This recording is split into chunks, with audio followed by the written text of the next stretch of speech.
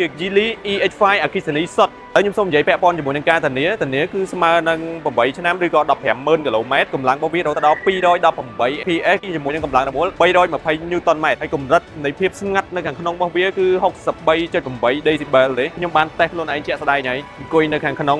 វាកាត់បន្ថយសម្លេងរំខានខ្លាំងមែនតើបើកនៅក្នុងល្បឿន120 គីឡូម៉ែត្រក្នុង1ម៉ោងទៀតខ្ញុំអាចនិយាយបានថាឡាននេះបងប្អូនទិញទៅបានមួយកញ្ចប់ទី1សំចៃទី2ផាសុកភាពសុវត្ថិភាពទំនើបរូបរាងតាក់ទាញតាមបែបអនាគតកាលឥឡូវខ្ញុំបដោតខ្លាំងទៅលើជាខាងមុខ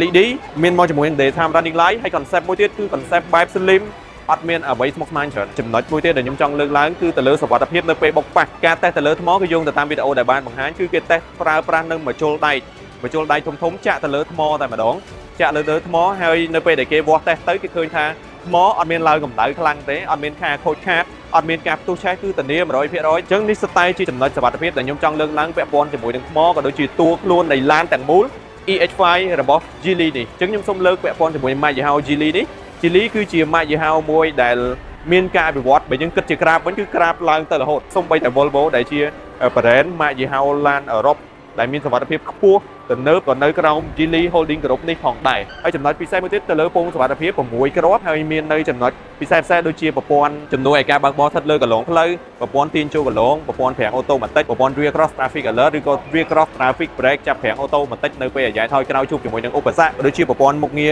រជំនួយពេលឡើងចំណោតជំនួយពេលចុះចំណោតប្រព័ន្ធ Front ABS EBD ប្រព័ន្ធ Front BA នេះចំណុចពិសេសដែលខ្ញុំរៀបរាប់នេះគឺយើងច្បិចយកតែចំណុចដែលខ្លឹមទេបងប្អូនអត់ទាន់បានទៅមើលខាងក្រោយនៅឡើយទេអញ្ចឹងខាងក្រោយរបស់វាមានសភាពបែបណាទៅនៅបែបណាបងប្អូនទៅមើលជាមួយខ្ញុំទាំងអស់គ្នាតោះអ្វីដែលបងប្អូននឹងចាប់អារម្មណ៍ខ្លាំងនៅពេលដែលជិះពីក្រោយឡាន EX5 នេះគឺទៅលើ stop LED ហើយ stop LED គឺជារាងឆ្នូត slim បើខ្ញុំមើលថាឡាននេះ concept នៃការ design គិតមុនប្រហែលឆ្នាំយ៉ាងហោចណាស់ក៏គិតមុន10 20ទៅ30ឆ្នាំមុនដែរទៅថ្ងៃអនាគតប្រហែលជា20 30ឆ្នាំទៀតគឺអត់សាបទេអ្វីដែលជាគោលគំនិត concept នៃការ design របស់គេគឺ clean មើលទៅអត់មានអីស្មុគស្មាញច្រើនទេបងប្អូនទាំងអស់គ្នា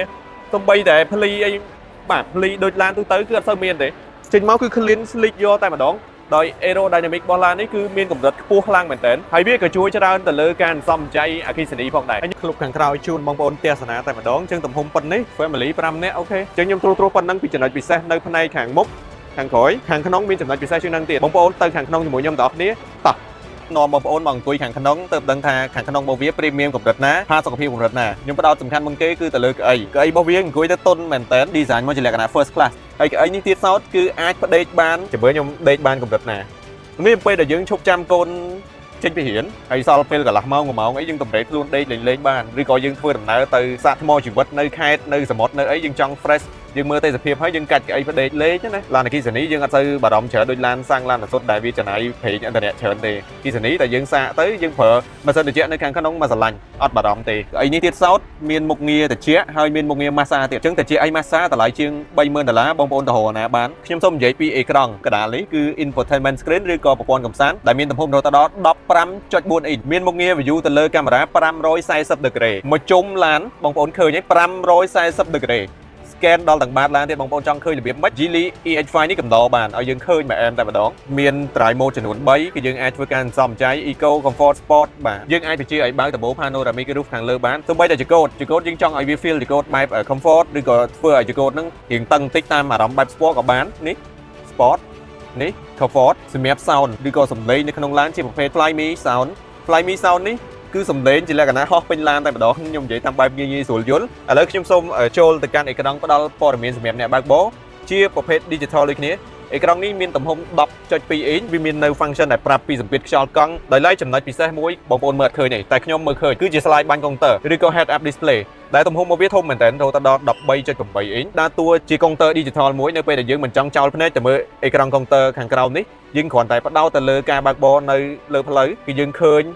ល្បឿនដែលយើងប្រើប្រាស់នៅខាងលើនឹងតែម្ដងក៏ដូចជាព័ត៌មានចាំបាច់មួយចំនួននឹងបង្ហាញជូននៅពេលដែលយើងបើកបរហើយបើយើងនិយាយពីបរិក្ខារឬក៏ material ដែលប្រើប្រាស់ខ្ញុំឆ្លាញ់ជាងគេគឺទៅលើស្បែកដែល design មកម៉ត់ឆឹងតែម្ដងបងប្អូននឹងស្ទើរតែជា high quality របស់វាដែលខ្ញុំនិយាយថាសម្រាប់តម្លៃជាង$30,000នេះវាមិនសមជាមួយនឹងឡាននេះឡើយហើយជាក់ស្ដែងយើងមើលទៅលើ tableau វាមានមកជាមួយនឹង ambient light នេះគឺអាចបដូរពណ៌បានតែខ្ញុំឆ្លាញ់ពណ៌ហ្នឹងក៏ដាក់ពណ៌ផ្កាឈូកអញ្ចឹងទៅបងប្អូនមើលទៅសតុនភ្នែកស្រួលខ្លាំងមែនតើយើងបដោតទៅលើចង្កូតវិញម្ដងចង្កូតនេះបើយើងគិតទៅជាប្រភេទ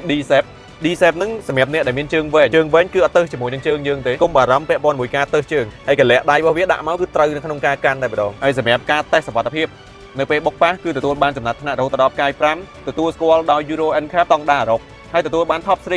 ឈ្នះលើឡានអឺរ៉ុបឈ្នះលើឡានអាមេរិកឬក៏ឈ្នះលើឡានជប៉ុនមួយចំនួនទៀតបាទ Top 3 មិនធម្មតាទេ Top 3 ទៅលើ Euro NCAP Bahrain Geely នេះផ្ទាល់ក៏ទទួលបាននៅចំណាត់ថ្នាក់លេខរៀងទី16ទៅលើម៉ាកយីហោរថយន្តដែលលក់ដាច់ខ្លាំងបំផុតនៅលើពិភពលោកចំណុចពិសេសខ្លាំងមែនទែនមួយទៀតគឺក្រុមហ៊ុន Geely គឺជាប់ជាក្រុមហ៊ុនមួយដែលទទួលបាននៅការអភិវឌ្ឍដែលមានសក្តានុពលខ្លាំងបំផុតទទួលបានចំណែកទីផ្សាររហូតដល់ជាង 30% នៅលើទីផ្សារពិភពលោកអស្ចារ្យមែនតើខ្ញុំសូមនាំអារម្មណ៍បងប្អូនចូលទៅកាន់កៅអី GTP វិញម្ដងដោយសារកៅអី GTP ជាចំណុចពិសេសមួយបើសិនជាយើងប្រើប្រាស់ជាលក្ខណៈគ្រួសារបងប្អូននឹងចង់ដឹងពាក់ព័ន្ធជាមួយនឹងភាពធំទូលាយគម្លាតខាងលើគម្លាតជង្គង់ផាសុខភាពវាកម្រិតណាឥឡូវទៅខាងក្រោយទាំងអស់គ្នាតោះនៅខាងក្រោយនេះគឺខ្ញុំបដោតទៅលើភាពទូលាយបងប្អូនបាច់បារម្ភពាក់ព័ន្ធជាមួយ space ទេហើយចំណុចនេះបងប្អូនចង់ដឹងដែរទៅលើគម្លាតខាងលើណានេះគម្លាតខាងលើជាក់ស្ដែងដែលខ្ញុំអង្គុយត្រង់អស់ហើយខាងនេះគឺជាគម្លាតជង្គង់គឺលើសមកច្អាមទៀតបាទអានេះខ្ញុំខិតទៅក្រោយអស់ហើយគឺលើសមកច្អាមទៀតមានម៉ាស៊ីនត្រជាក់ក្រោយមានកន្លែងសាកថ្ម USB Type C Type A ចំណុចមួយទៀតខ្ញុំគិតថាប្រហែលជាប្លែកហើយឡានទូទៅប្រហែលជាមិនសូវមានទេវាមាន storage ដាក់អវ៉ាន់នៅខាងក្រោមនេះបងប្អូនអានេះយើងអាចដាក់ជាមួយនឹងស្បែកជើងកែងឬក៏ស្បែកជើងយើងធម្មតាក៏បានស្បែកជើងនារីស្បែកជើងបរោះឬក៏អាវ៉ៃដែលបងប្អូនចង់ដាក់នៅខាងក្នុងហ្នឹងទៅឥឡូវយើងមើលទៅលើកៅអីដែលអង្គុយជាប់តកង់គឺមាននៅ lumbar support ជើងមានន័យថាយើងអាចកល់ជើងទេជើងបានជាពិសេសបើសិនជាគ្រួសារយើងពោះធំគាត់អាចសម្រាកបានបើសិនជាជិះឡាននេះមានកំណល់កល់ជើងខ្ញុំគិតថាផាសុខភាពកម្រិតនេះបងប្អូន rate ឲ្យប្រមាណសម្រាប់ខ្ញុំ9លើ10 Geely EH5 ដែលជាប្រភេទឡានអគ្គិសនីដែលខាងក្រុមហ៊ុន Geely Cambodia គាត់ទើបតែនាំចូលមកថ្មីហើយគាត់ជឿជាក់ខ្លាំងមែនទែននៅក្នុងការវាយលុកទីផ្សារប្រទេសកម្ពុជាទៅលើប្រភេទ model អគ្គិសនីដំបូងបង្អស់របស់គាត់នៅក្នុងប្រទេសកម្ពុជានេះតែនឹងដែលខ្ញុំទទួលបានគឺដាច់ច្រើនមែនទែនមានការកំងបញ្ជាកក់ច្រើនមែនទែនមុននឹងធ្វើការបើកសម្ពោធនេះបើសិនជាបងប្អូនមានតម្រូវការប្រើប្រាស់ឡានអគ្គិសនីថាតើមានចំណុចអីខ្លះដែលបងប្អូននឹងគិតចឹងបងប្អូនមានមតិយោបល់អីផ្សេងៗអាចធ្វើការខមមិនបានហើយខ្ញុំក៏សូមគោរពលាតែប៉ុណ្្នឹងជួបគ្នានៅវីដេអូក្រោយសង្ឃឹមថាបងប្អូនចូលចិត្តនៅវីដេអូនេះ